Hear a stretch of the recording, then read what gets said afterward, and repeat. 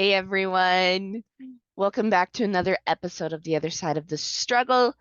Um, we are speaking about affirmations versus truth today.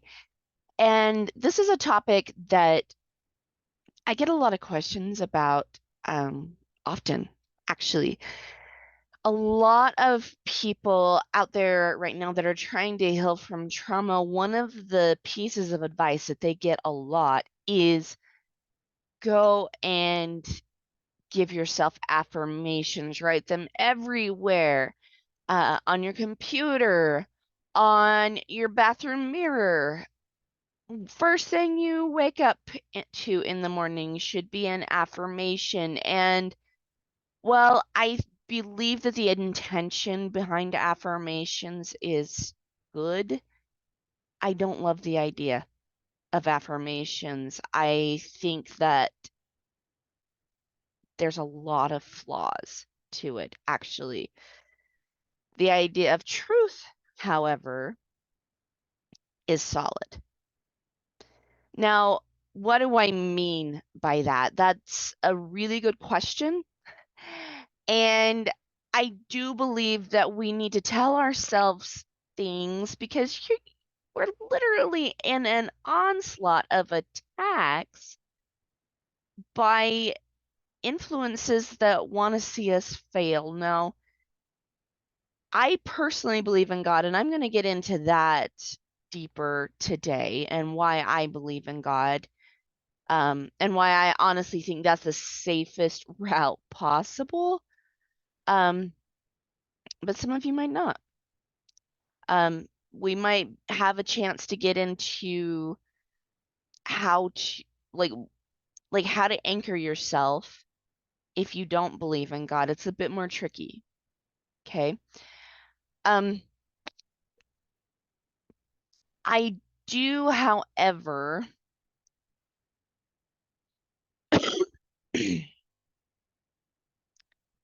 believe that God is very real, very tangible, is very much with us. And for that purpose, I also believe that there's an adversary. And I also believe that there are many adversaries, just as there are many angels trying to support us, there's many adversaries trying to take us down. So, this is also the reason why I don't love affirmations. So let's get into this. Let's get into the meat and potatoes of this. Let's talk about affirmations for a minute, okay? And why they're encouraged. Again, the intention behind these. It's to give yourself more positive thinking, hear your voice, and there is science behind that. Hearing your voice say something out loud over and over and over does mean that it gives you something to pay attention to. Okay. So it's not like all parts of affirmation are bogus, but I just feel like there's something better. Um, but saying things out loud that are positive are a big thing. That is a big thing because psychologically your voice is trained to pay not your voice, I'm sorry. Your brain is trained to pay attention to your voice. It is the voice that it hears the most. And so when you say positive things out loud, the idea behind this is that you'll start paying attention to more positive things, you'll start believing more positive things, and therefore having a more positive life, more positive beliefs, more positive experiences. But I have yet to witness someone who's really, really had a good experience experience with this, and this is the reason why, is because there's always that little voice in the back of your head that whispers to you, this is not true. You're worthless. What's wrong with you? You're a big fat jerk. And the list goes on. You don't deserve this. Don't you know this? You're an idiot for thinking this. Like, that's what that voice was telling me every time I tried to do an affirmation, and they didn't stick. It was the minute I tried to plant it, it was ripped out and thrown away. My positivity garden was way too overrun with negative weeds.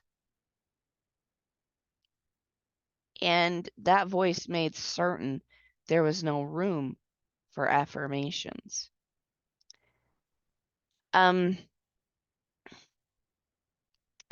thing too about affirmations is a lot of the time when I'm working with clients, I hear, like, when somebody compliments them or they do say something good, the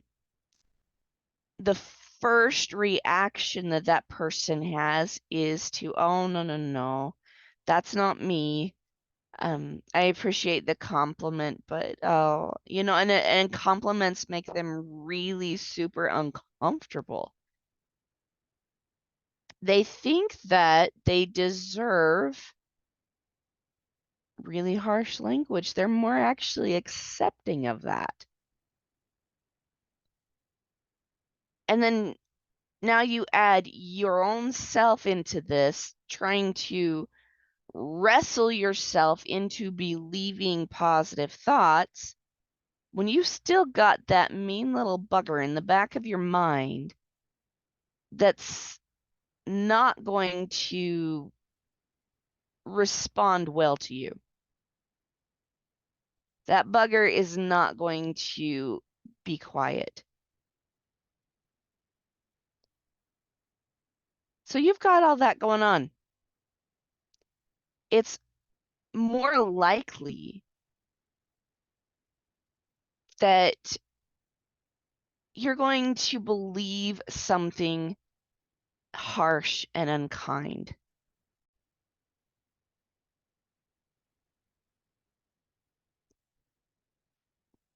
And the reason why is because positivity is more foreign than the lie, the cruelty, the meanness, and that's what feels the most familiar. There's a reason these guys, these adversaries, are called familiar spirits. It's because they truly do feel familiar to you. They truly do feel like they're telling you the truth, but they're not. And so affirmations don't address this. There's absolutely nothing to anchor an affirmation into. And while I'm all for positive thinking, and I'm all for believing the very best thoughts possible, if you don't have anything to anchor these thoughts into, affirmations are seriously just going to poof, goodbye.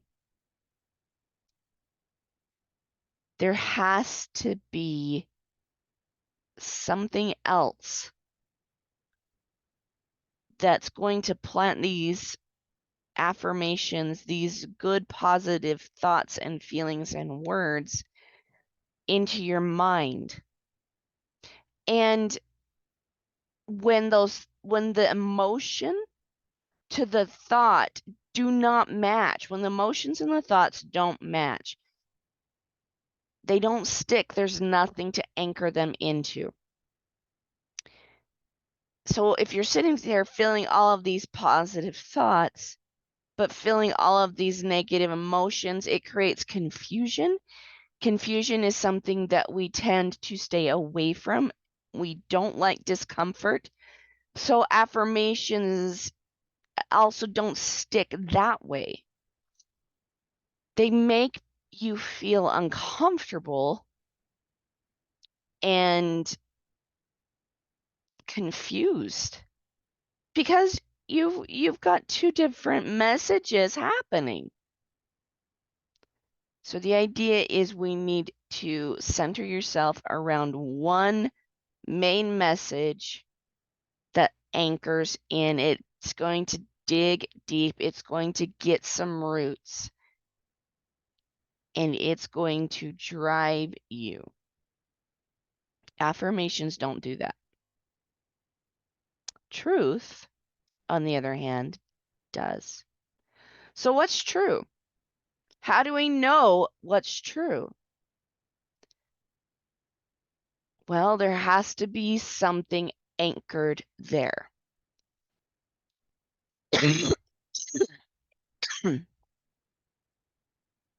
Okay, so for example, everyone has something that they believe is true. Oftentimes, people believe really, really horrible things as truth. Okay.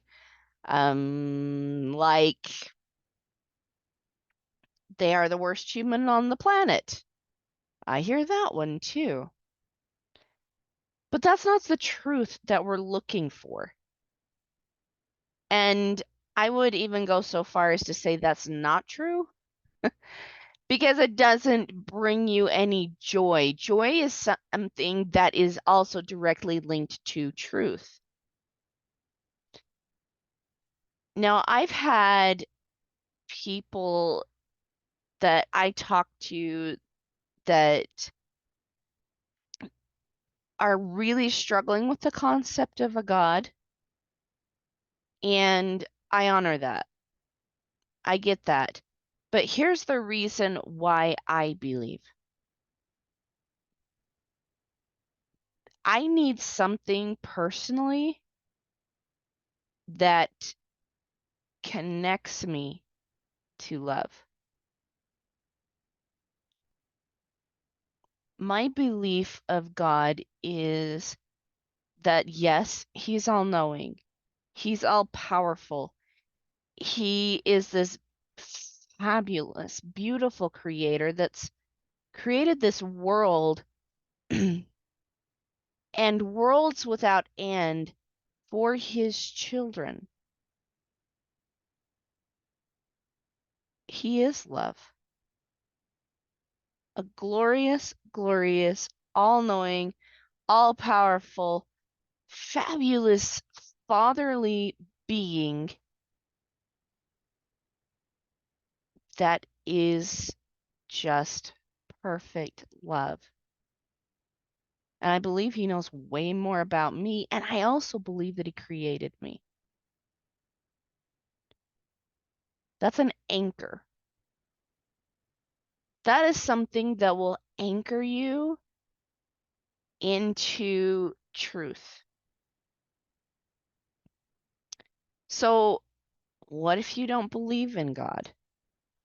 Well, my question for you then is, what do you believe in?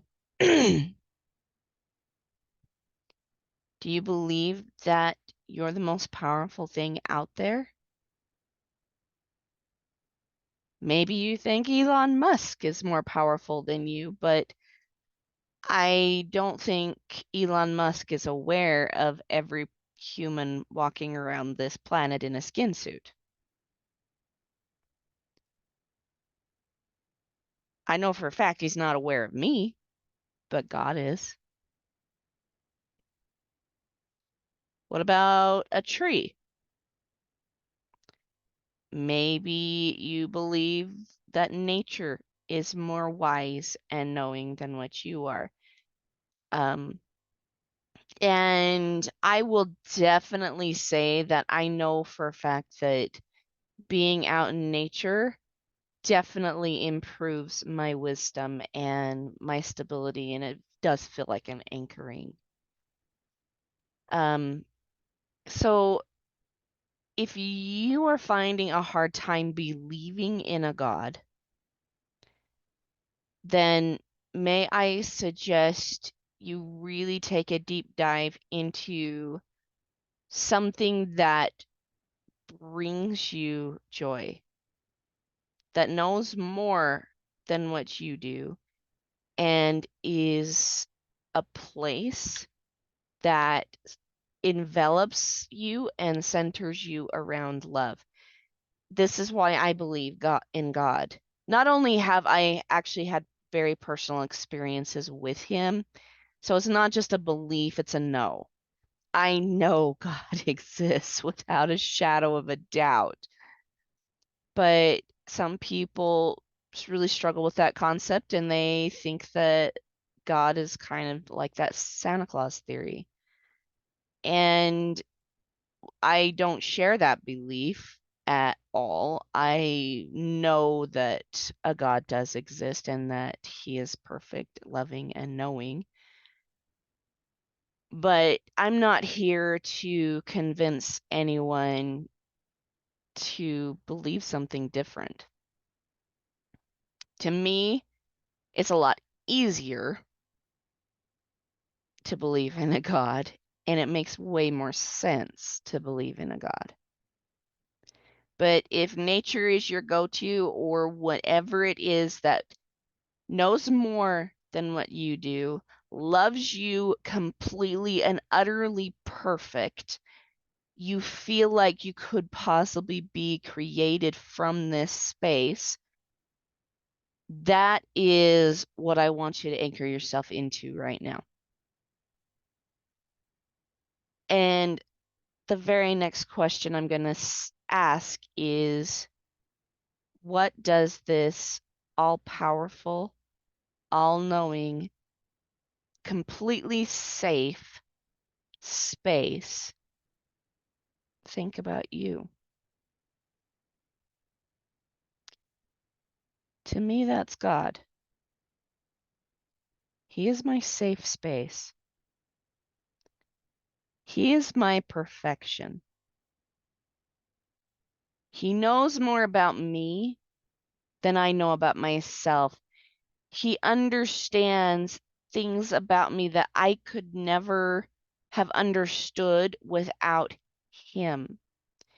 He's taught me who I am, what my mission and purpose here is in this life, and I will never be able to deny that. Not that I don't want to deny it. See, I don't have to give myself affirmations anymore, or even try to give myself affirmations, because I see myself the way God sees me. It's truth. It's 110% truth. So let's get into this. The words might sound the same, but how they connect and how they stick is different. See, if I'm going to just sit there and rely on myself and my brain to say, "You're a fantastic human, Aaron. You are loved. People do want you around." Ooh, shoot. That doesn't feel true. None of that feels true. Oh, this is uncomfortable. That's what it was like before. But now I ask myself, what does God think? I don't care what this little voice in the back of my head is telling me, I'm going to doubt that because that voice is not bringing me good feelings. It's literally knocking the wind out of my sails. Everything it says hurts. So I'm going to doubt it. What does God think? And what does God want me to know? Do I trust that He'll tell me the truth? I've been told my whole life that He's a God of truth, that He's my creator, that I am His child, and that He loves me beyond any love that I could possibly fathom. Now, I'm a mom of 6 kids, so that's hard for me to imagine a love that is even more intense and pure than the love I feel for my kiddos. But I'm going to trust this. I'm going to trust what I've been told there about who God is. The next thing I'm going to trust is the idea of aligning myself with Him. Now, if I'm going to get on the same page as God, that means that I have to think similar, not exactly, because I will be honest.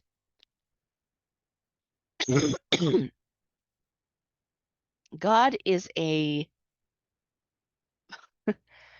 much bigger concept than my little mortal brain can handle. But aligning myself with Him means aligning myself with what it is He wants me to know. And that I need to trust these facts that He is a safe space, that He does love me, that He did create me, and He knows why. That last one is an anchor right there. I don't know about you, but not asking why did God create me, but instead saying He knows why He created me. And God doesn't create mistakes. He doesn't make mistakes. So if I'm His creation and I'm not only His creation, but I am His crowning achievement, then it would make sense for me to see myself the way He sees me. And all of a sudden, it's no longer an affirmation, it's truth.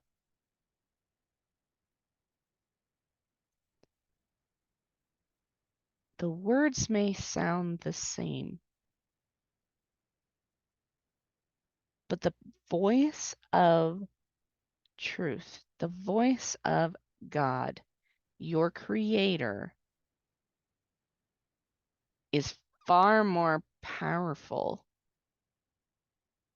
than that stinking voice that is in the back of your mind trying to get you to believe crap that isn't true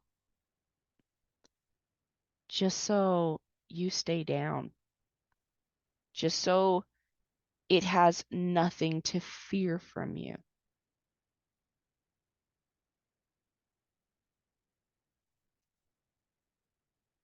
God's voice is far more powerful.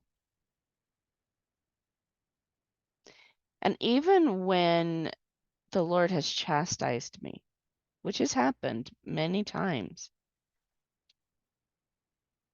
that chastisement doesn't feel harsh. It doesn't make me feel hopeless. It doesn't knock the wind out of my sails. In fact, it does the opposite. It brings me more joy.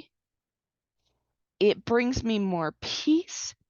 It brings me more truth. And therefore, it enlightens me and it excites me and it's fabulous and it's glorifying and it's wonderful and exciting. And I love it when he chastises me. And this is my source of energy. I used to be someone who was riddled with anxiety, someone who felt very depressed, like there was no hope. What was the point of life if life was just this terrible and people were awful and the love was just that Santa Claus thing? It didn't exist. Remember those untruths? Those 10 untruths from last week? I believed those, every single one of them. Hence the reason I know them so well. But I believed them and it didn't bring me a joy-filled life. It zapped my energy. There were many days I just couldn't get out of bed.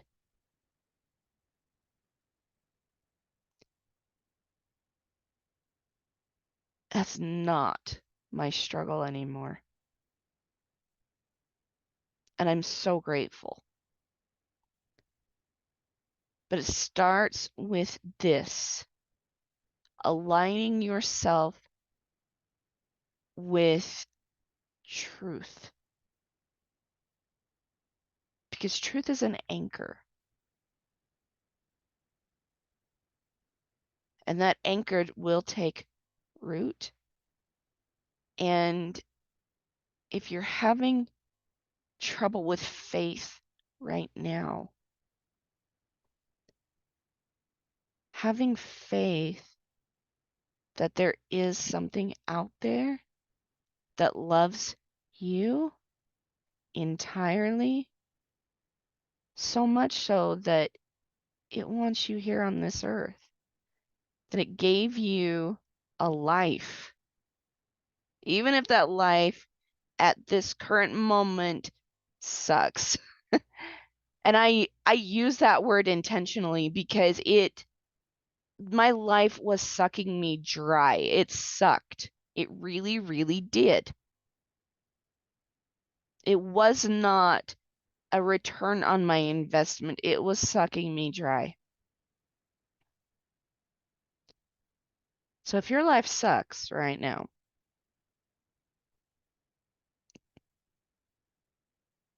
I invite you to find some measure of truth and align yourself with something that does love you. And if you can't see anything on this planet that does, then it's about high time that you give God a chance.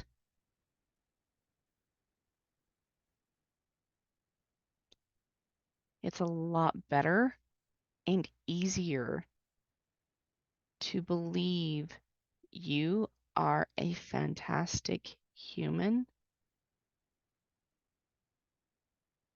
if that is exactly what your creator thinks.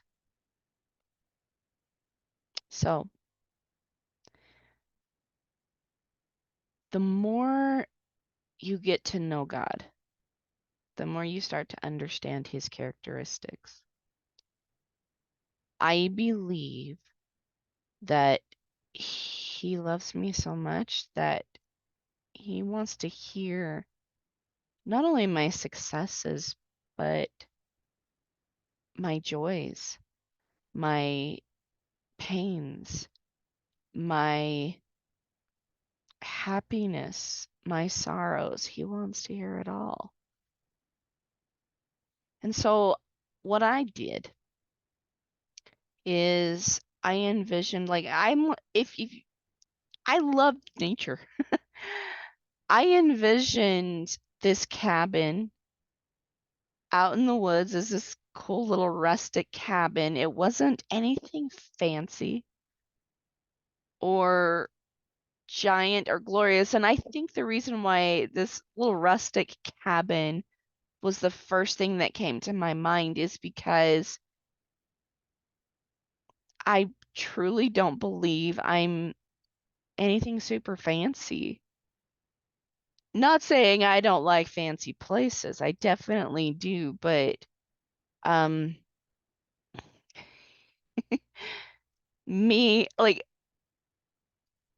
currently right now the idea of me living in a giant fabulous gorgeous castle or mansion is a lot like a cat envisioning their life in a bathtub full of water. I wouldn't freak out necessarily, but it would be a bit of a stretch. And so a rustic cabin was a perfect place for me because the minute I walked through the woods and into that clearing, I could see the Savior. He saw me. Giant smile broke out over his face. He ran to meet me, scooping me up in his arms, twirling me around. Little sister, I'm so glad you're here. I've been dying to see you. Where have you been? What's been taking you so long? And he throws his arm around me and he says, Mom and Dad are in the cabin. They have been so excited to see you. Come, let's talk with them. And I walk in the cabin, and the first thing I smell is the most delicious foods being baked by my beautiful mother. She's got this beautiful brown hair, tall and slender, and she's so gorgeous. She sees me and she wraps her arms around me and she says, I just barely put the bread in the oven. We're going to have a feast. We have been so excited that you're coming, but I know how much you love having your hair brushed. The bread can wait for a little bit. I want you to sit down here and I'm going to brush your hair. And as she sits there and she brushes my hair, she sits there and she just fills me with love. Oh my goodness. Every strand is so beautiful. I'm so lucky to have such a beautiful daughter.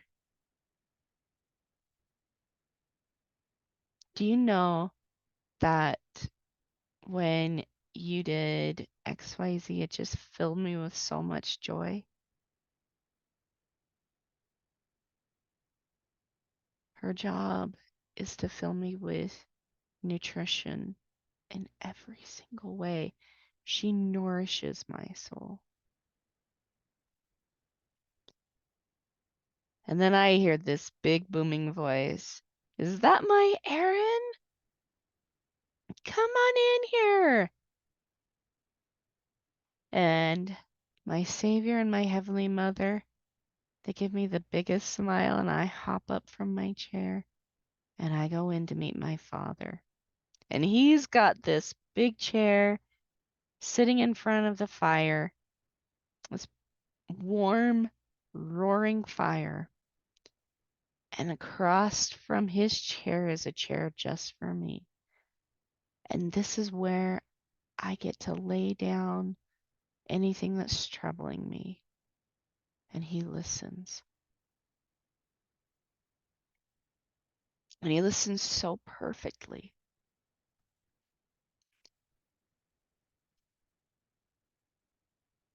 And he thinks on it. And the first thing that comes out of his mind and mouth is, "Oh, sweet one, you know why I created you, don't you?" And he proceeds to tell me, "I created you also for you to be able to take on these things. They will lead you to your mission and purpose. You know, when I saw your intelligence, the first thing I thought was, this is wisdom and beauty and gentleness. This intelligence is so rooted in me and in my beautiful wife. This is going to be my daughter.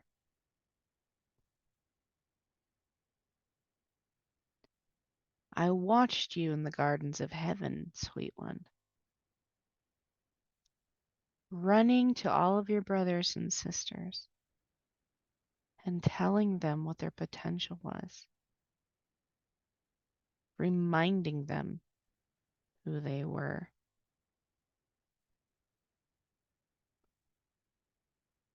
And filling them with hope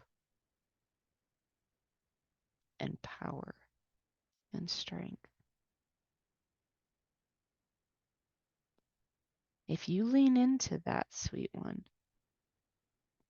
these struggles that you are facing will disappear. And he continues to give me perfect teaching, perfect advice for whenever my life feels imperfect. I can remember where perfection is and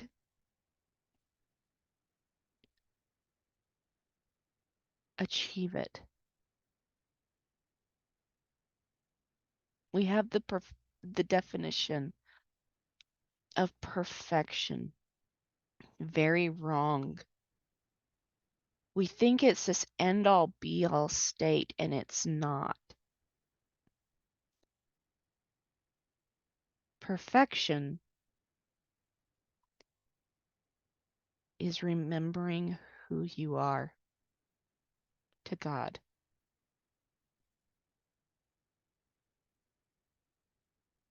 So when you look at your characteristics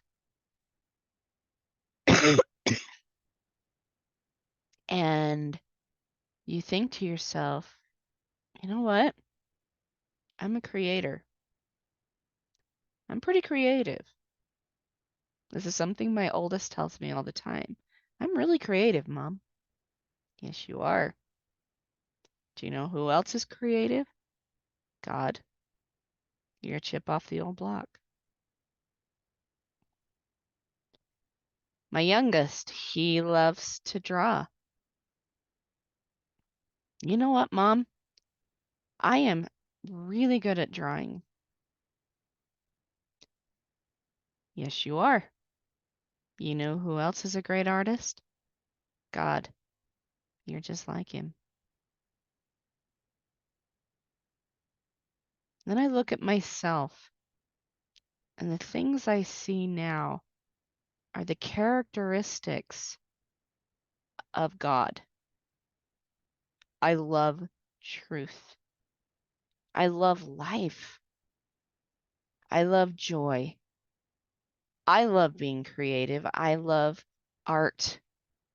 I love music. I love seeing my beautiful clients who are also my brothers and sisters on this earth finding truth within themselves and realizing that they're royalty. I have compassion, joy, fun. I love to play. I love to explore.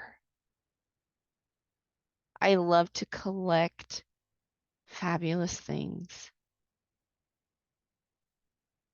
And the list goes on. This year, I'm learning about abundance because God is truly abundant. That's the characteristic I've chosen as my word for this year. And I'm learning that being truly abundant is meaning really understanding your mission and purpose and truly leaning into it. And letting God be so excited at my accomplishments and achievements in His name that He just delights to bless me. And I'm happy to receive those blessings. And I'm learning that this is who God is. This is what He rejoices in. And I'm like Him. So the next time I say I'm a fantastic human, there is no voice in the back of my mind that tries to tell me something different. Because I am learning so much truth that immediately, if there's any voice in the back of my mind trying to tear me down and trying to steal my hope and my joy from me, it is immediately met with truth. And adversarial influences don't like truth at all. They work hard to keep us in that funk.